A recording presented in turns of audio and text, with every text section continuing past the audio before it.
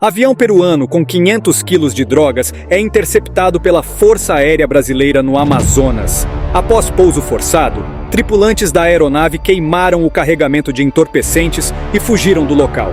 A Amazônia não é apenas um pulmão verde do mundo, mas também uma das rotas aéreas mais visadas por criminosos. Essa vasta região, com suas florestas densas e rios impenetráveis, é um verdadeiro desafio para as autoridades brasileiras. Por que isso? Porque ela se estende por milhares de quilômetros, tocando fronteiras com países como Colômbia, Peru e Venezuela, muitos deles conhecidos por suas atividades ligadas ao narcotráfico. O crime organizado costuma utilizar aviões pequenos, voando sob o radar, carregados com drogas para abastecer redes criminosas internacionais. É justamente por isso que a Força Aérea Brasileira precisa estar em constante vigilância, utilizando radares de última geração e aeronaves militares altamente equipadas. Só que a questão vai além do combate ao tráfico. Proteger o espaço aéreo da Amazônia significa defender a soberania do Brasil, evitar que grupos criminosos financiem regimes autoritários e garantir a segurança de todos nós.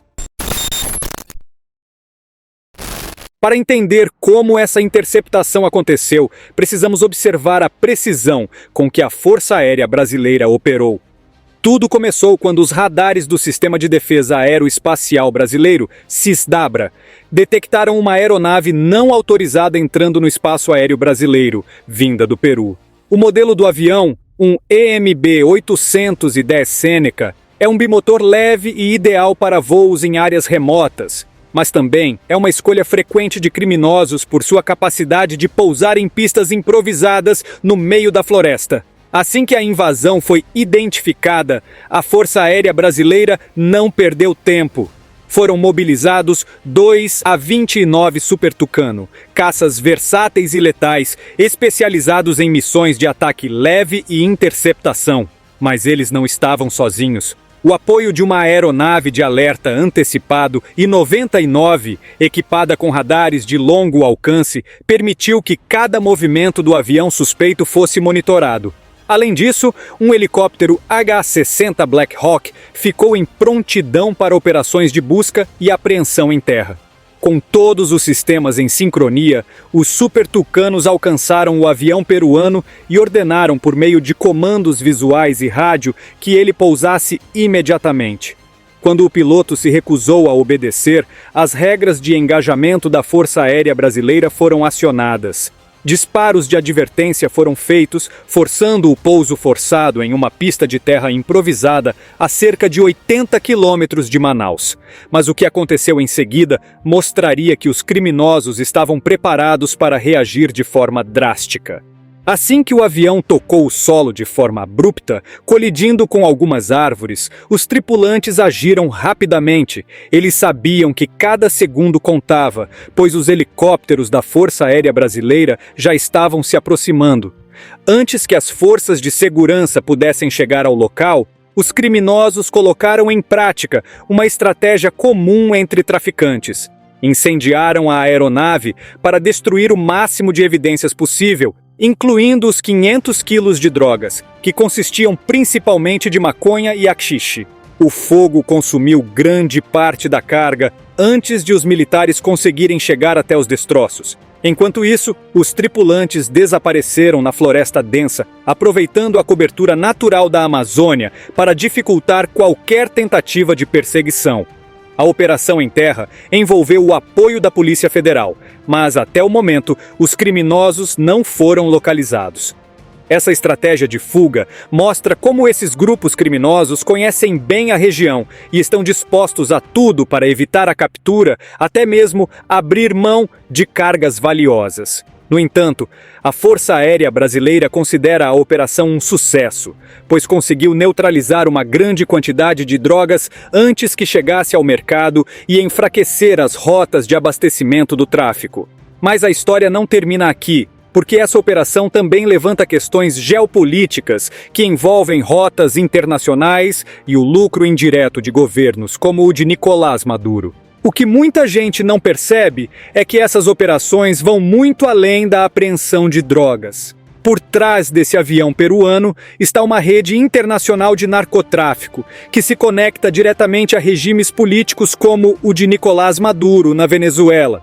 O narcotráfico é uma das principais fontes de financiamento de grupos paramilitares e governos autoritários na América Latina, permitindo que eles mantenham poder político e influência econômica.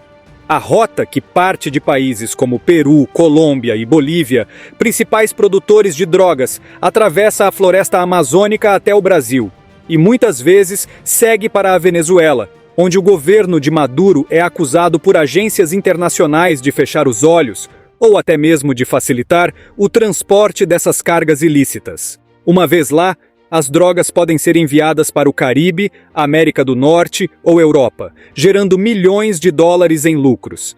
Esse dinheiro sujo não é apenas um problema local, ele alimenta milícias, grupos armados e até políticos corruptos que utilizam os recursos para manter suas operações e comprar apoio interno e externo. Em 2017, os Estados Unidos acusaram altos oficiais venezuelanos de estarem envolvidos diretamente no tráfico de drogas, algo que reforça o interesse geopolítico da Força Aérea Brasileira em manter essas rotas sob vigilância constante. No caso específico dessa operação, impedir que 500 quilos de drogas chegassem ao destino final significa muito mais do que interromper uma entrega. Significa atacar uma fonte de financiamento que pode sustentar regimes autoritários, minar a segurança das fronteiras e desestabilizar a região. Isso explica por que países como o Brasil investem tanto em vigilância aérea e operações militares em áreas de difícil acesso. Enquanto o narcotráfico gera uma economia paralela ilícita, a Venezuela também utiliza estratégias econômicas formais para buscar alívio financeiro, como vimos no acordo feito com a administração Trump. Esse acordo, que envolveu a liberação de 6 cidadãos americanos detidos e o retorno de imigrantes ilegais, teve um impacto imediato nos títulos de dívida venezuelanos, elevando seu valor ao maior nível em meses. Essa manobra financeira é uma jogada calculada por parte de Maduro. Ao mostrar disposição para negociações internacionais, ele consegue levantar parte do bloqueio financeiro imposto ao país. No entanto, esse tipo de alívio é temporário e as fontes paralelas de financiamento, como o narcotráfico, continuam sendo vitais para sustentar o regime no longo prazo.